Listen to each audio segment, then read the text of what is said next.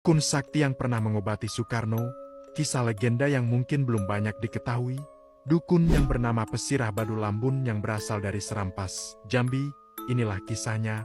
Di tahun-tahun penuh gejolak politik, Presiden Soekarno tiba-tiba jatuh sakit.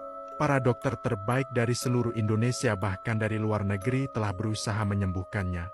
Tetapi kesehatan sang pemimpin tak kunjung membaik. Saat itu, Indonesia masih dalam kondisi penuh ketegangan. Dan kabar tentang sakitnya Soekarno disembunyikan dari publik. Namun, di kalangan dekatnya, sebuah pertanyaan besar muncul. Jika ilmu kedokteran tidak bisa menyelamatkannya, lalu siapa yang bisa? Seorang dukun dari Jawa akhirnya berbicara.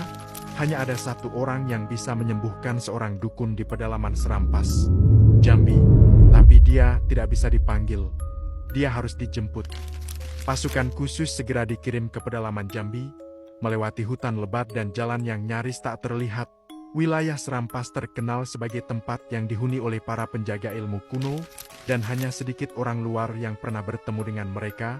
Setelah perjalanan panjang, mereka akhirnya tiba di sebuah desa kecil, dikelilingi oleh kabut tipis yang terasa tidak biasa. Di tengah desa itu, berdiri seorang pria tua dengan tatapan tajam, penuh ketenangan. Ia tidak terkejut dengan kehadiran pasukan. "Aku tahu kalian akan datang, karena aku sudah melihat dalam tanda-tanda," katanya sebelum mereka sempat berbicara.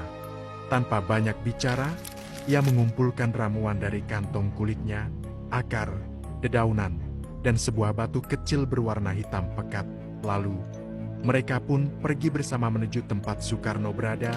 Saat bertemu Soekarno, Pesirah Badu Lambun tidak segera memberikan obat. Ia mengamati sang pemimpin dengan diam, seolah membaca sesuatu yang tak terlihat. Tubuhnya sakit, tetapi ada sesuatu yang lebih besar yang mengikatnya, katanya pelan, dengan langkah tenang. Ia meracik ramuan dari tumbuhan yang hanya bisa ditemukan di pegunungan Serampas. Air dari mata air keramat diteteskan ke dalam campuran tersebut, sementara ia mengucapkan jampi-jampi dalam bahasa kuno yang telah lama punah. Ritual berlangsung dalam suasana yang mencekam. Cahaya temaram dari lilin kuno menerangi ruangan, sementara dukun itu mengguratkan pola di udara dengan jemarinya seolah berbicara dengan sesuatu di luar dunia manusia. Lalu, perlahan, keadaan berubah. Soekarno yang sebelumnya tampak lemah, mulai menunjukkan tanda-tanda pemulihan. Suaranya kembali lantang, tubuhnya tampak lebih kuat, dan matanya yang sebelumnya redup mulai bersinar lagi. Dalam hitungan hari, ia kembali sehat. Setelah menyelesaikan tugasnya, Pesirah Badu Lambun tidak meminta imbalan. Ia hanya berkata, "Takdir telah diperbaiki. Kini, aku harus kembali." Tanpa pernah memberikan penjelasan lebih lanjut, ia kembali ke desa terpencilnya di Serampas. Hingga kini, tidak ada catatan resmi tentang peristiwa ini, dan banyak orang yang mempertanyakan, apakah ini ilmu mistis Nusantara yang tidak bisa dijelaskan dengan sains? Apakah dukun ini benar-benar ada?